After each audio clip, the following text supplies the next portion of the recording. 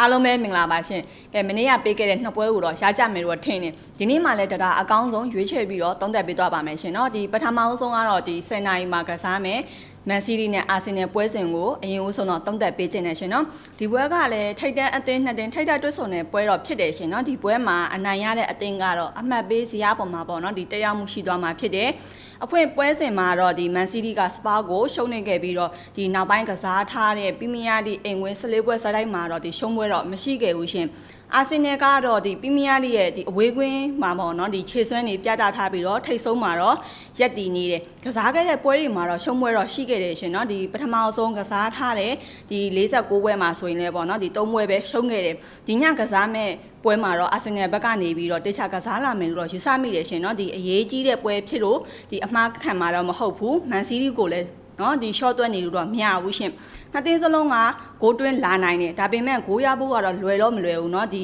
ဟိုပွဲစဉ်ကြီးဖြစ်လို့လဲပေါ့နော်ဒီတင်းကျပ်လာဖို့လည်းများပါတယ်ရှင်မန်စီးတီးပေးထားတဲ့ဈေးတန်းကလည်းတရေရှုံးတဲ့6ပေါင်းကနော်2မိုင်းနဲ့100ရှိတယ်ပေးထားတဲ့ဈေးတန်းနဲ့ဒီလက်ရှိခြေစွမ်းအရာကိုကြည့်မယ်ဆိုရင်တော့မန်စီးတီးနဲ့ပဲစွန့်စားကြည့်တာပိုကောင်းမယ်လို့တော့ဒါတော့ယူဆထားရရှင်နော်ဒီအာဆင်နယ်ကအခုနောက်ပိုင်းမှာရာဂိုးတွေလွဲချော်တက်တာတွေရှိလို့ပေါ့နော်အာယီဘက်ကိုတော့ဒါတိတ်ပြီးတော့အကြံမပေးချင်ဘူးရှင်အဲ့တော့ဒီဘက်ကိုတော့မန်စီးတီးဘော်လီနဲ့ပဲဒါကတော့အကြံပေးထားတယ်ဒီနောက်ထပ်တစ်ပွဲကတော့ဒီအီတလီစီးရီး A ပွဲစဉ်ဖြစ်တဲ့ပေါ့နော်ဂျူပင်တက်နဲ့ဘိုလောညာဒီပွဲစဉ်ကလည်းလက်မနို့တင်းတဲ့အထဲမှာတော့ရှိနေတယ်ဂျူပင်တက်ဆိုရင်လည်းခန့်စစ်ပိုင်းနဲ့ကောင်းတယ်နော်ဒီပွဲကြီးတွေမှာကစားတဲ့အခါကျရင်လည်းဒီအမှားနဲ့အောင်တော့ကစားထားတွေတွေ့ရတယ်ပြီးတော့ဒီဘိုလောညာနဲ့အင်္ဂွင်းတွေ့ဆုံထားတဲ့ဒီ73ပွဲစတိုင်းမှာလည်းရှုံးပွဲလည်းမရှိခဲ့ဘူး10ပွဲနိုင်3ပွဲတည်တော့ကြာခဲ့တယ်ရှင်